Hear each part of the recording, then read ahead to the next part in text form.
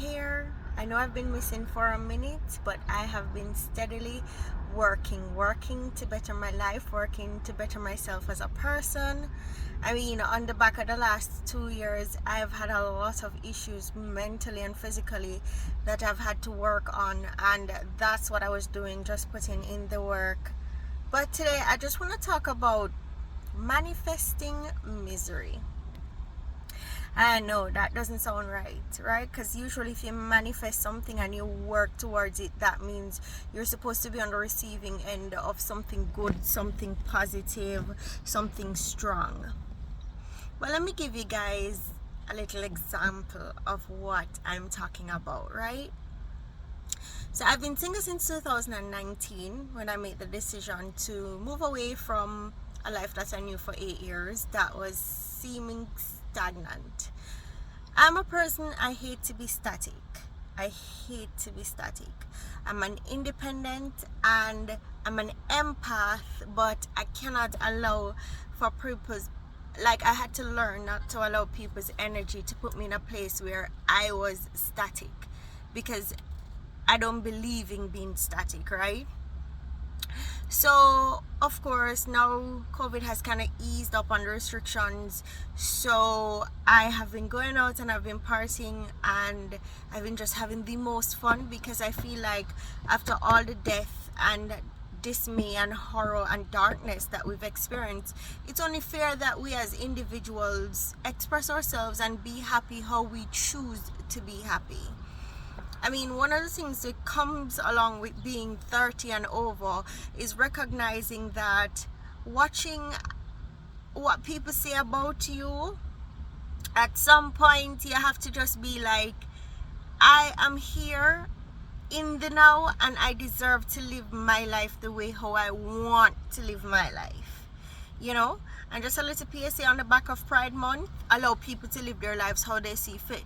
If they're not inconvenience you or your family, if they're not raping, if they're not taking somebody's rights away, allow them to live their life as they see fit. If there's a deity above that is going to judge them, it's for that deity to judge, not for you. PSA done. Okay, so I met a young man. Well, let's say this: on the back of my 2 years of being, well, almost 3 years of being single, I used that time to find myself. So I didn't want to jump back into anything, because it's not as though I was out here and nobody even approached me, or I didn't want to get in entanglements. But I chose not to, because I decided that, you know what, maybe I should change my point of view. Maybe I should be a little bit more open.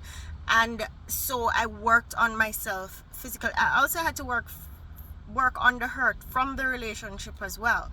It was not only working to be better, but I had to work to ensure that whatever trauma I had experienced, I am over that hump before I move on. It's a slow process. I feel like I'm 95% there, and I felt like once I get to like 80%, I think I could meet somebody, right? So I started writing down what I wanted my mate to be like, what I wanted them to represent for me. So yeah, I'm in my 30s. I was hoping to find somebody along my age group. I was hoping to find somebody who, you know, we have similar tastes. We don't necessarily have to have the same tastes. We just need to have similar tastes. Like everybody knows, I'm a socaphile. I'm a carnivalist. Everybody knows that that's what I do. I love soca music. I love carnival. I love a bacchanal, right? And I would like for somebody, even if they're not interested in doing that with me, just know that you're not going to restrict me from doing that. You love your football. I love my soca. Match made in heaven, right? And I also asked that they be intelligent. I did not ask for somebody rich. I asked for somebody who was willing to work towards securing a future for themselves and for me and for any possible kids we might have. I'm early 30s. I can still have kids. I asked for them to have some sense of style. Even small stuff like those I put into my manifesting, as you will, writing down that I'd like them to be a little stylish. I'd like us to go out and people would stare and look at us. I'm not asking for a pretty man, I'm not asking for a handsome man. I just want somebody who is so secure in themselves that, you know, the aura of them everybody can see. I wasn't asking for that to lean on them, because your girl, she within her own right, yeah, she's the bomb. I'm not for ask Christ, I'm not ask twice. I know me at the bomb. But yeah. And one of the last things I remember writing down was not having any kids. Now I understand, and also people might say, boy, you're putting yourself into a box, because there are many men out there who have kids and have that experience, so dealing with them is not necessarily a bad process. Or even the baby mother or the wife or the ex-wife or whoever may be nice people, and meeting you, they would probably come around and know that their kid would be safe, especially that I'm a nurse, right? But I just said to myself, well, if I don't have to deal with that, why should I choose to deal with it? So I did write down that I wanted a man with no kids. I mean, a lot of people would be like, oh, you're ungrateful or whatever, but let me tell you how I see things. You see, if you want something, that's what you want. Why should you allow the opinion of anybody else to tell you that, oh, you're asking for too much or you're too selective? No, that's what you want. That's the whole thought process behind manifesting, right? Writing down what you want and working towards finding that thing, right? Okay. So, I met this guy, probably about 6 or 7 months after writing all of that, and it was by pure chance, because basically how he says he knows me, I am still at a loss, and I was not drugged, I was not drunk, I don't remember that, but that's okay. Pretty decent dude, ticked off a lot of the boxes for me, didn't have a child, was working, was an independent as well. We shared similar interests. He liked what he liked. He liked soca music as well. And I'm like, oh, universe, behave yourself. We did get around to getting entangled, and that was also very pleasurable. So I'm like, oh, this could possibly work. Oh, universe, I see you working out there for me. Yeah, I can definitely dig this. And then came the dilemma, you see, because sometimes we manifest even the fine print, but we have to understand that humans are not machines. Humans are individuals with their own thought process and feelings, and so while I might have manifested that person as a mate, they may not have manifested me. So I started to realize that the communication was at a bare minimum. And you know, when you're in that butterfly stage where you're like, oh whatever, I'm not gonna be too bothered about that, you know, I'll talk to him and maybe he will come around and open up more to me. And then we would meet up, and we would have 3-hour communication, and then when I get home or when he gets home, I don't hear from him again that night, not even to check in to say, are you okay, did you get home safe? And I would check in and I'd get back, yeah, I'm fine, and that's it. Like closed-ended sentences, nothing to follow. And I am a person, I am very big on communication. May I tell you as it is, if you want to be heard after, well, that's on you. But you're going to know my thoughts, my feelings, and everything. And I was like saying to him, you know, communication is non-negotiable. We have to talk. If you're going through something, I need to know, because one of the problems with my last relationship was I don't think we were on the same page as it relates to communicating, and even in asking the person what is happening, I would be fed a lie to kind of shut me up, and I decided this time I was going to do it totally differently. So and they were like, yeah, and like, no problem, I can communicate with you, I'm busy at work and whatever not, and work is keeping work, and it's always about work, because of course there's nothing else to plant the excuses on, right? And so I would be like, okay, so when you have downtime, we can hang and whatever, you know, we're getting to explore each other, to know each other and whatever. And so we went to a few parties together. that worked out fine. I mean, it was really fun to hang with there with these boys, everything. And then I realized that it came down to it feeling like a one-sided affair. The thing about this person, he too has had his hurt from what he has told me, and he has started on this thing of, oh, you know, sometimes people can be so narcissistic because they don't realize when they're hurting others. In saying that, I can also say sometimes people are narcissistic and see others as being narcissistic without thinking that they themselves are doing the same thing that they do to other people, right? Because he was saying, you know, she was narcissistic and it really hurt my feelings, and women have that trait too. And I'm like, listen, we've just met. If you're going to give it an honest chance, you just need to see it for what it is, right? Like, at this point, I don't even want to hear your history yet. I wanted us to build on us and then we can decompress, you know. It don't make no sense to decompress first, because while I want to be your outlet and I was striving for a relationship, I don't want it to be that we can't have fun because the only thought process is you're going to let off some burdened up, pent up frustration from your last relationship on me. And it's very easy for us to see narcissism in others, but we don't realize it in ourselves. And I have to take a check every now and again to just make sure that I am not doing the same thing to people that I don't want people to do for me.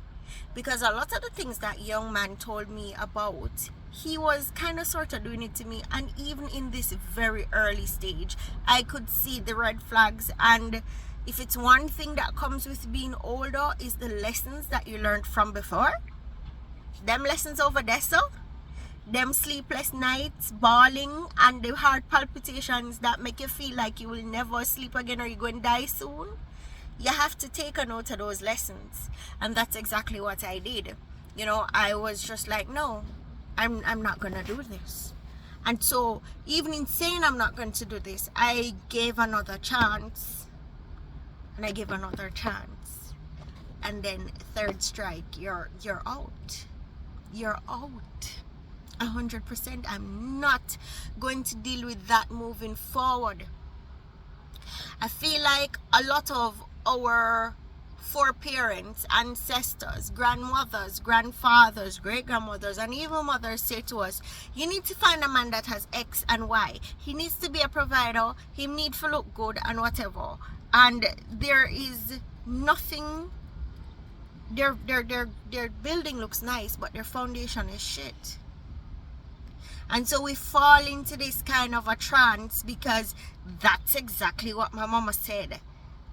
I want that one. Not realizing that that one is not good for you. You know, it's the ice cream, but you don't see the cavities that come afterward. Right? So I was just like, you know what, I want to give this a chance. I want to give this an honest try, because I don't want it to be for a lack of trying that I've manifested all of these things and now I'm going to just let them go on a whim. I tried. We weren't at the point in the relationship where I would say I wanted to fight for it, but I did make an effort to see if it could possibly be anything. You understand what I'm saying? And it was just no feedback really, and then I'd be ghosted for days. And it's not that I'm like sitting over my phone like, me go see if him now go message me first. And then when the conversation came, it was so inconsequential and stupid that I didn't even respond to it. So in my non-response, then the ghosting went on and on. And I'm just like, I'm not going to be bothered. Like, I'm at the point in my life now where my peace is more important than being in a relationship. And even on the back of saying how our parents want to manifest a certain type of man for us, they themselves live in marriages in misery. Yeah, just to say, oh, we've been married for 40 years. I don't believe that is an achievement. You know what is an achievement? I have my bachelor's degree in nursing. I'm working on my master's degree in informatics. I can take care of myself. I can take care of a child, and I'd like a partner to complement that process. I don't want a partner. Oops, my ticket flying away. Hold on, guys. Hold on.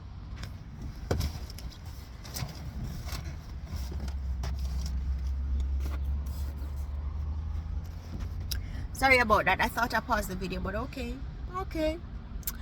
I don't want a partner who is gonna come in and obstruct my view of what I want for myself. I refuse to live in fear or shame or sucking up to a partner. No. We need to find people with like-minded goals. I'm not saying that everything has to be a compromise. It might call for a little bit of compromising, you know. Because remember, we're all independent individuals. So we all have what makes us click, and we all have what we like. And what we like is not necessarily what our partners like. But it cannot be that 80-90% of the time you guys are on the different pages. Like, I'm never going to date a man and be in a relationship with that person and they go out and have a kid and I stay. I'm not going to stay. I'm not going to stay. You know? Because when I think about it, you have done me wrong. And even if you apologize, the results of your wrong is going to be there with you for life. You know? And here's the thing. I feel like if somebody's going to cheat on you, they have chosen that person. If somebody is going to cheat on you drunk, they have a kid with that person, they have chosen that person. You understand what I'm saying? They're not for you. But I digress. You know, I always mix up a lot of topics in one when I'm talking. But here's what I have to say. Sometimes we manifest misery. Even when we write the fine print of how we would like our lives to be, or our partner, our mate, where we work, who we hang around to be, we manifest misery. Because we can write down 100 things that we think would make our mate perfect, but remember, they as an individual have their crutch. They have their cruxes. They have stuff that makes them imperfect humans. Now the decision is threefold. It's one, are you going to stay? Two, is it something you think you can put up with if they're amenable to being taught, you know, or to compromise with you, or you will change your lifestyle for them? And three, will you leave?